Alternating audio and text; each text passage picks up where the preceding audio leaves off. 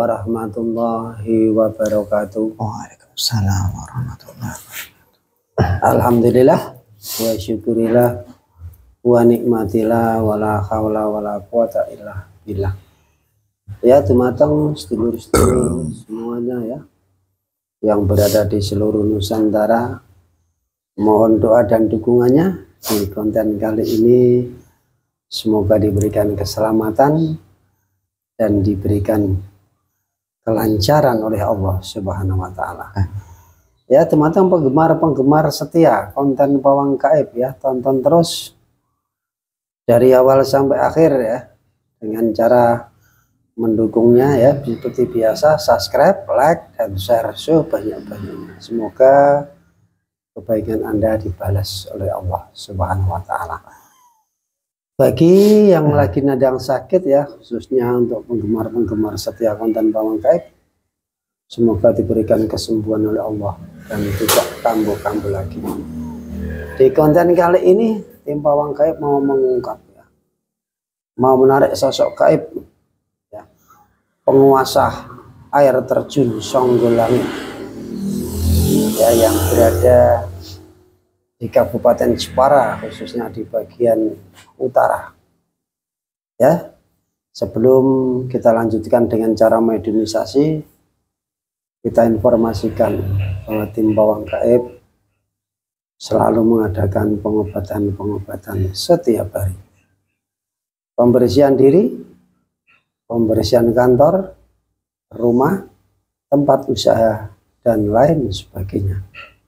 Bagi yang sering kesurupan, guna-guna atau sihir, silakan Anda menghubungi admin Pawang Gaib. Untuk sedulur-sedulur yang berada di luar sana, tim Pawang Gaib mengadakan pengobatan jarak jauh. Sedikit informasi, semoga ya, ada manfaat khususnya teman-teman penggemar setia konten Pawang Gaib. Saat ini sudah ditemani saudara kita Mas Atok ya, yang selalu mendampingi ya, tim Pawang Gaib. Semoga juga diberikan keselamatan dan kesehatan oleh Allah Subhanahu wa Ta'ala. Siap ya Mas Atok ya? Alhamdulillah. A'udzubillahi minasyaitonir rajim. Bismillah. Ya Allah.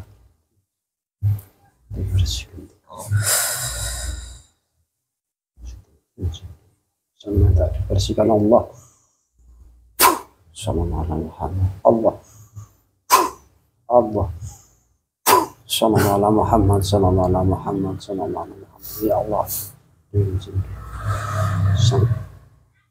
Terbentengi jasad roh dan syukur terbentengi dengan cahaya beliau, berlapis-lapis dari atas sampai bawah, tidak bisa ditembus gaib manapun. Apabila ada yang mau memaksa masuk secara otomatis akan terlempar Allah. Sallallahu alaihi Muhammad, sallallahu alaihi Muhammad, sallallahu alaihi Muhammad. Terbentengi jasad roh dan sukmanya tubuh mediator yang saya pegang, tidak bisa ditembus kayak mana. Hanya yang saya maksud saja yang bisa masuk dalam tubuh mediator. Hanya yang saya maksud saja. Sallallahu alaihi Muhammad, sallallahu alaihi Muhammad, sallallahu alaihi Muhammad, sallallahu alaihi. Dengan izinnya beliau, izinkan menarik salah satu gaib penguasa yang berada di air terjun Songgolangit. Dengan izinnya beliau, saya tarik gaib penguasa yang berada di air terjun Songgolangit. Dengan izinnya beliau ketarik, persilakan hadir Allah.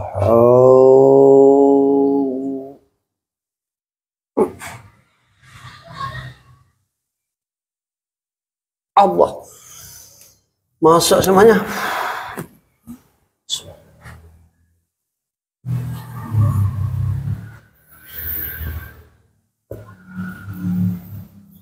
Sallallahu alaihi Muhammad, sallallahu alaihi Muhammad, sallallahu alaihi Muhammad, sallallahu alaihi Muhammad.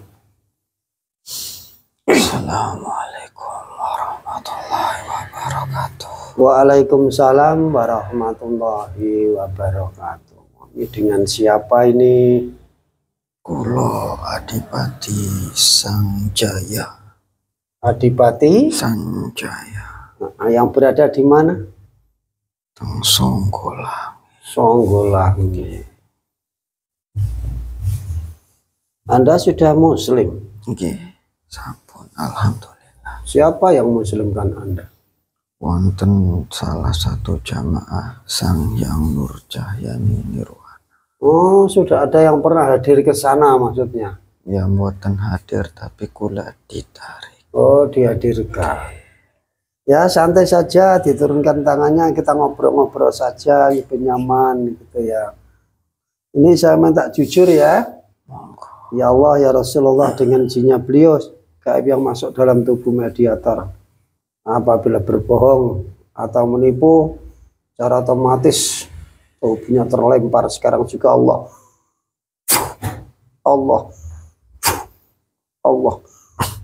Sallallahu alaihi Muhammad, sallallahu alaihi Muhammad, sallallahu alaihi Muhammad, sallallahu alaihi Muhammad. Ya alhamdulillah, kali ini bisa hadir ya di tempat ini ya. Semoga diberikan kemudahan dan banyak manfaat. Amin.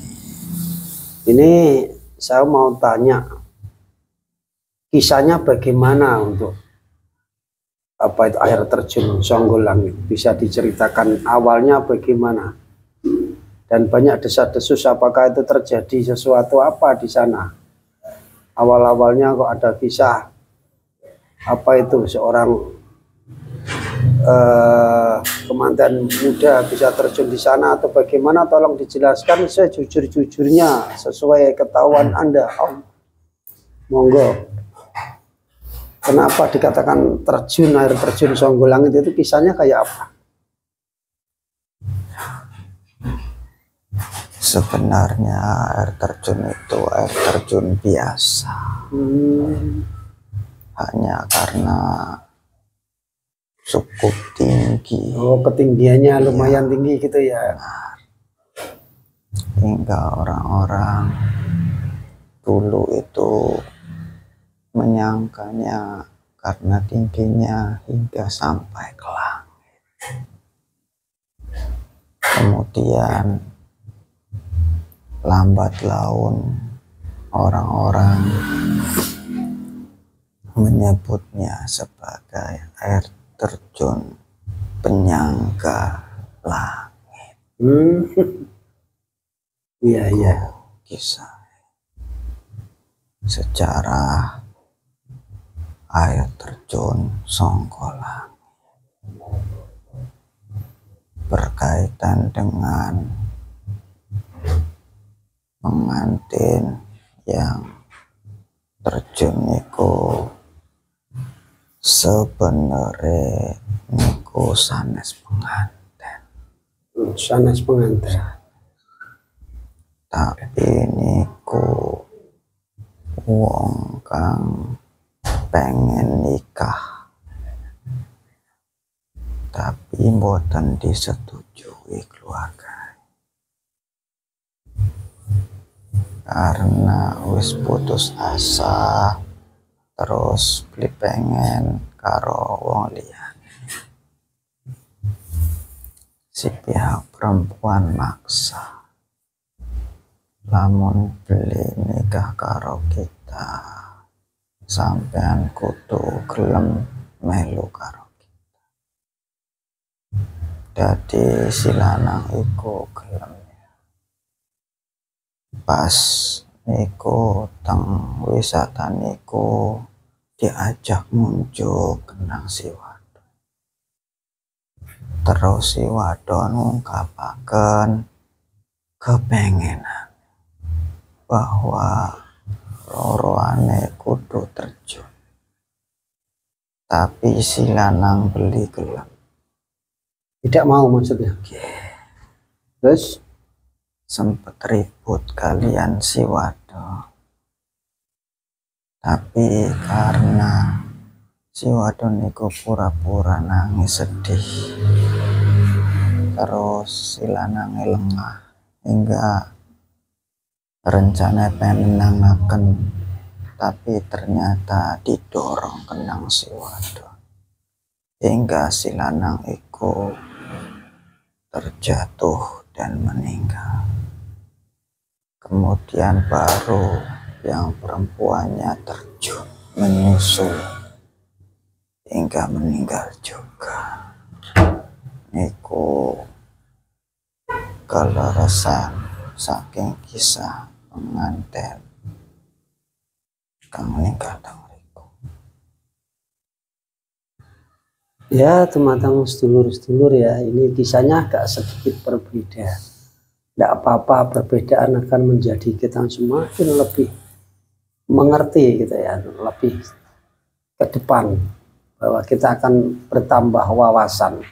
Karena perbedaan itulah yang menjadikan kita lebih mengetahui dan lebih mengerti ya sosok-sosok apa yang ada di sana dan kisahnya apa, ceritanya apa ya, hampir saja ya mendekati. Akan tetapi inilah ya obrolan kita kali ini dengan sosok yang penunggu yang ada di sana.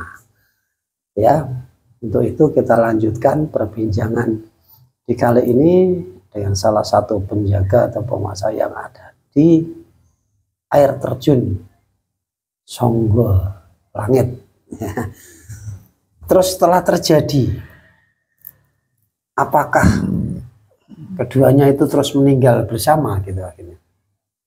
Ya, cuman laki-lakinya dulu yang meninggal. Laki-lakinya dulu yang meninggal. Posisinya jatuh lebih dulu, baru kemudian yang perempuannya menyusul. Ya, energinya bertambah, suaranya tambah keras lagi, sedikit lagi kekuatannya bertambah, suaranya Allah. Akhirnya si istri ikut terjun gitu ya, dan akhirnya juga meninggal juga. Dan itulah kisah awal cerita dari Songgo Langit tadi ya, sudah dibeberkan berkaitan dengan boleh dibilang terjunnya calon pengantin, atau dibilang ya baru ya gitu ya, baru merencanakan gitu ya, suka dengan suka gitu maksudnya ya, belum ke arah jenjang pengantin gitu ya. Sebenarnya mereka itu masih pacaran. Oh, masih pacaran ya, belum ke arah. Oh, itu bisa. Ya, tapi si perempuan menuntut si laki-laki karena dia sudah hamil. Ada kejadiannya seperti itu. Sebenarnya laki-laki itu mau bertanggung jawab, dan dia pergi ke rumah orang tua si perempuan. Hanya saja pihak perempuan tidak menyetujuinya.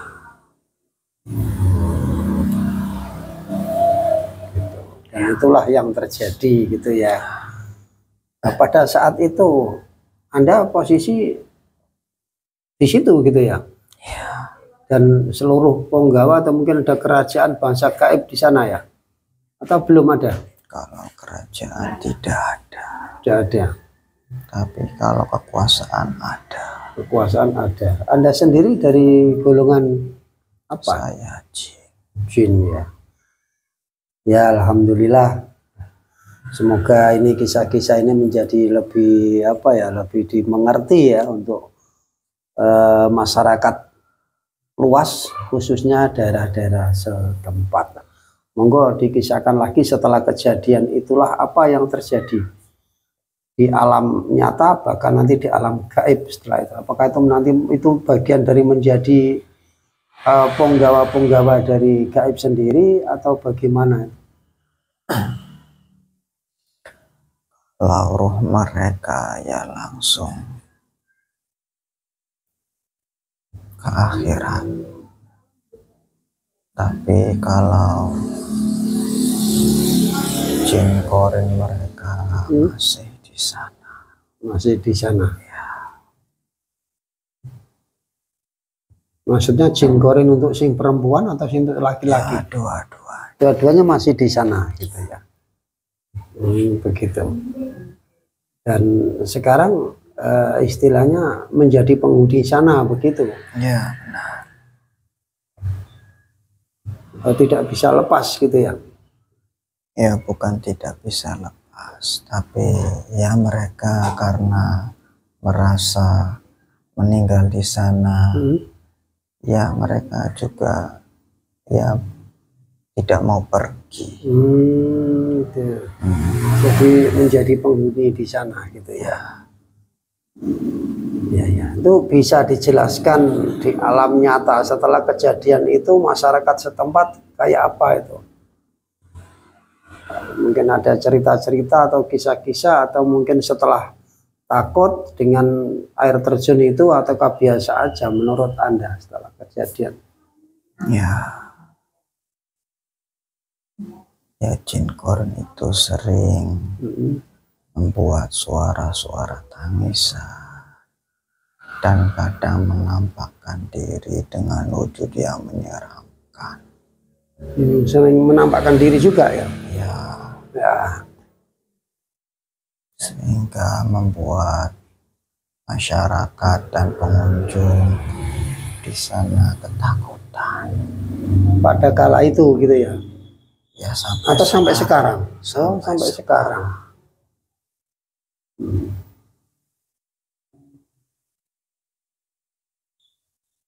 Maka bisa diceritakan lagi setelah sampai kejadian ke masyarakat meluas sehingga bahkan sampai sekarang ya, mungkin dari Anda sendiri tidak bergerak atau mungkin tidak bisa atau punya jalan masing-masing gitu. Sebenarnya saya sudah menawarkan, tapi dia tidak mau. Saya sudah coba usir, tapi dia selalu ya pergi dan datang seenaknya. Ketika saya usir dia pergi, tapi mungkin beberapa hari kemudian dia datang lagi. Ya begitu seterusnya sampai sekarang. Katanya bukan hanya si tadi ya, si pacaran atau calon pengantin tadi ya, kan tetapi banyak orang-orang yang orang-orang yang meninggal di sana. Apakah benar apa tidak itu? Ya benar. Sebenarnya itu juga ada campur tangan dari gaib di sana. Tapi ya itu hanya sedikit, karena rata-rata itu juga karena kesalahan dari pengunjung tersebut.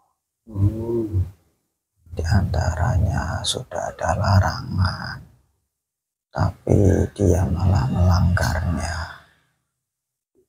Sudah ada himbauan, tapi dia melalaikan himbauan tersebut.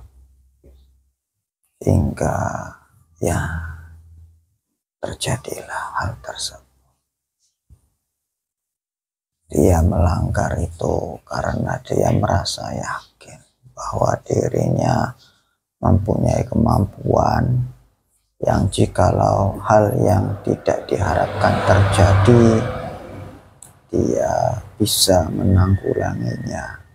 Tapi apalah daya, walaupun dia punya kemampuan, tapi di situ juga ada makhluk gaibnya, hingga kemampuannya itu menjadikan tidak berguna bagi dirinya karena sudah direpotkan atau dimanipulasi oleh makhluk gaib di sana, hingga ya kemampuan tersebut seperti hilang hingga kematian menjemput orang tersebut.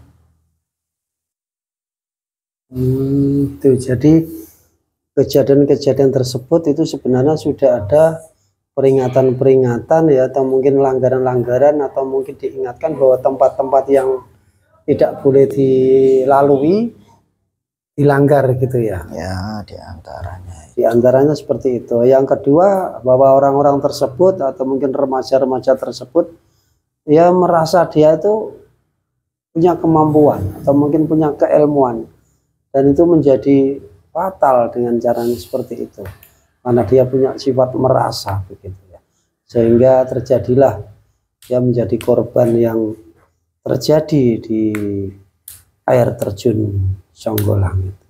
Nah, ini untuk pembahasan tadi Anda katakan bahwa orang tersebut bisa dimanipulasi ya dengan keilmuannya, dengan kekuatannya, sehingga dia tidak berdaya begitu ya. Nah, mungkin yang Anda ketahui itu apakah konsepnya hampir sama seperti itu? Kan katanya tidak sedikit ya. Ada mungkin ya tidak sering tapi pernah dan pernah gitu ya. Apakah konsepnya sama seperti itu? Melanggar yang sudah disampaikan, ataukah ada cara-cara yang lain mungkin? Ataukah bisik-bisikan itu yang mendorong sehingga dia menguatkan untuk masuk di situ? Ya, ada juga yang dibuat terpleset. Ya, ada juga yang diyakinkan bahwa hal itu tidak akan menjadi masalah. Ya, dengan berbagai macam cara. Tapi intinya tetap itu dari kelalaian manusia dan kesombongan manusia itu tersendiri. Sehingga dengan sifat lalainya, meremehkannya, hal yang ada itu membuat makhluk gaib di sana lebih leluasa, lebih mudah untuk memanipulasi dan menjadikan mereka korban meninggal di sana. Dengan cara bisa memanfaatkan gitu ya situasi dengan kondisi seseorang yang punya sifat-sifat yang merasa tadi, dari gaib-gaib sendiri bisa memanfaatkan gitu ya. Oh ya, mungkin ini sebagai tambahan atau pesan dari Anda khusus untuk pengunjung-pengunjung yang ada di sana, tolong disampaikan. Ya, khususnya semuanya, jika datang ke tempat-tempat yang rawan akan kecelakaan, berdoa yang pertama. Kemudian kalau bisa sebelum berangkat itu sedekah dulu ke orang yang benar-benar Anda tahu dia membutuhkan, tapi bukan butuh karena butuh kebutuhan sesaat, tapi dia itu benar-benar butuh karena mata pencaharian mereka tidak mencukupi. Itu yang kedua. Yang ketiga, jika ada himbauan dan larangan, maka patuhi. Jangan coba-coba meremehkan hal itu, karena itu salah satu jalan bagi makhluk gaib untuk mencelakakan manusia. Yang keempat, jangan merasa sombong karena Anda punya kemampuan apapun itu. Anda merasa bahwa kemampuan Anda akan bisa membantu Anda. Dan mungkin yang terakhir, ya, untuk berjaga-jaga saja bahwa hal-hal yang bisa menolong jikalau itu terjadi kecelakaan, apakah itu berupa alat-alat yang dibutuhkan untuk pertolongan pertama ataupun hal-hal yang bisa dibuat untuk membuat kita lebih bisa bertahan dikala bencana, dikala kecelakaan itu atau hal buruk menimpa kita. Ya, terima kasih ya atas sarannya. Semoga sedulur-sedulur semuanya, khusus bagi pengunjung-pengunjung ya yang berada di seluruh ya mana saja ya, harus lebih berhati-hati apabila Anda berkunjung ke tempat-tempat yang rawan kecelakaan. Walaupun itu dibilang indah, dibilang bagus, akan tetapi tadi ada pesan-pesan ya, baik dari berdoa, baik dari bersedekah, harus tidak boleh sombong, harus lebih berhati-hati dan waspada, dan mempersiapkan ya sesuatu yang nantinya akan bisa membantu Anda. Terima kasih atas himbauannya atau mungkin pesan-pesan dari Anda. Ini pesan yang terakhir. Di sana kan berkaitan dengan gaib-gaib fasik kan masih banyak gitu ya, atau beberapa tidak terlalu banyak juga karena sudah banyak yang muslim. Yang fasik itu tetap ada. Tetap ada. Tapi mereka memanfaatkan kelalaian kami. Begitu ya. Ya, itu bagian dari tugas-tugas Anda, selalu membantu dengan kebaikan sehingga Anda mendapatkan pahala dari Allah Subhanahu wa Ta'ala. Itu sedikit tambahan untuk yang di bagian fasik itu di arah di bagian selatan atau yang di utara menurut Anda sendiri? Mereka bisa ada di selatan dan di utara. Mereka itu pandai menyelinap. Oh, begitu ya. Jadi bisa intinya memanfaatkan suasana gitu ya. Suasana dan kondisi dan apa saja yang bisa dimanfaatkan oleh bangsa fasik tersebut. Ya, terima kasih apabila ganggu waktu Anda. Saatnya Anda kembali bertugas kembali. Saya mohon maaf apabila kurang sopan, apabila mungkin mengganggu waktu Anda. Kami persilakan untuk bertugas kembali. Dulu izin pamit. Assalamualaikum warahmatullahi wabarakatuh. Waalaikumsalam warahmatullahi wabarakatuh. Sallallahu ala Muhammad, sallallahu ala Muhammad, sallallahu ala Muhammad, sallallahu ala ya Allah. Syukur.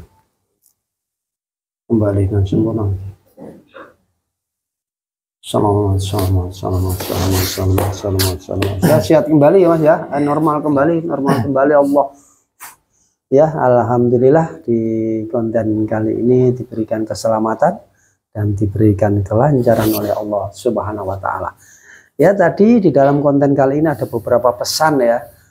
Tadi sudah disampaikan, semoga sedikit banyak Anda mengerti maksud dengan tujuan.